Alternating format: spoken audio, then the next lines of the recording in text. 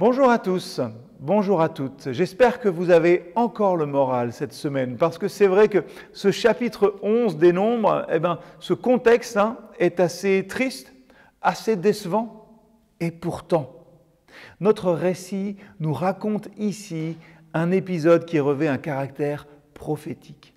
Voici que sous la tente où Dieu a coutume de se manifester, l'Esprit de Dieu ne se contente plus de reposer simplement sur Moïse, mais il vient maintenant se poser sur 70 anciens. Jusque-là, Moïse était considéré comme le prophète, le seul habilité à conduire le peuple à travers le désert. Et voilà que les choses changent. L'esprit qui était l'apanage de Moïse est maintenant aussi donné à d'autres, à 70 responsables. Et ça ne s'arrête pas là.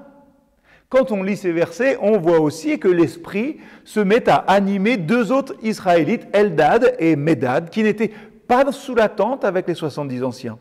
Ils ne se trouvaient pas même dans le lieu où l'Éternel est venu, et pourtant, l'Esprit vient se poser aussi sur eux.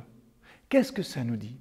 Ça nous dit que l'Esprit se révèle bien au-dessus de toutes nos contingences humaines. Donc, si je fais mes comptes, au total, en plus de Moïse, ils sont donc maintenant 72 à avoir reçu l'Esprit de Dieu. 72, c'est mieux qu'un seul, même quand il s'agit de Moïse. Alors, c'est mieux pourquoi ?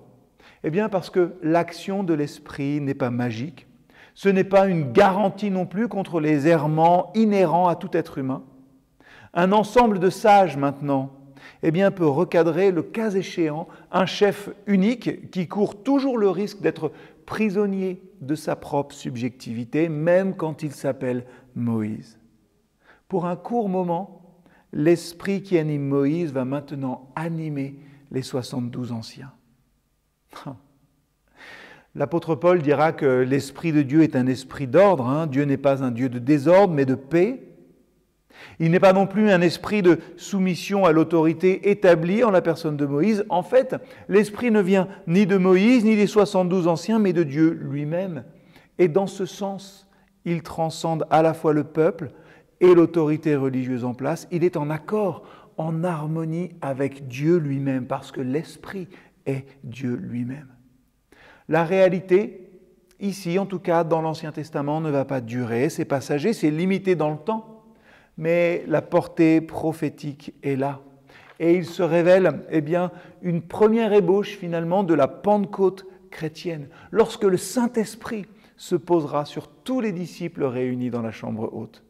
En ce sens, nous avons ici, au cœur de l'Ancien Testament, dans le livre des Nombres, un petit avant-goût de ce que sera l'Église, dont la totalité des membres est animée par l'Esprit Saint. Cet épisode de l'Ancien Testament n'est qu'une petite étape annonciatrice de ce qu'offrira finalement la Nouvelle Alliance. Aujourd'hui, le Saint-Esprit n'est pas répandu sur 72 dignitaires, mais sur la totalité des croyants.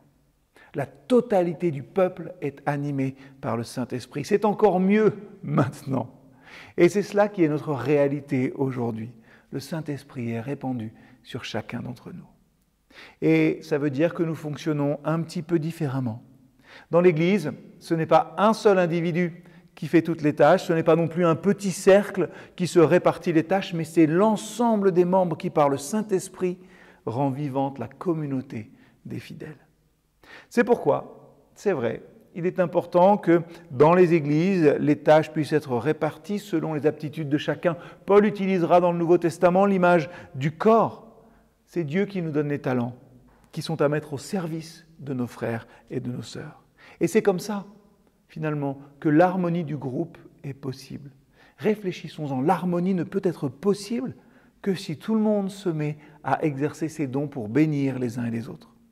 Et donc, que nous puissions nous aussi, encore aujourd'hui, tendre vers cette image de l'apôtre Paul, vers cette communauté finalement harmonieuse qui n'est pas animée par un seul individu, mais par l'Esprit de Dieu.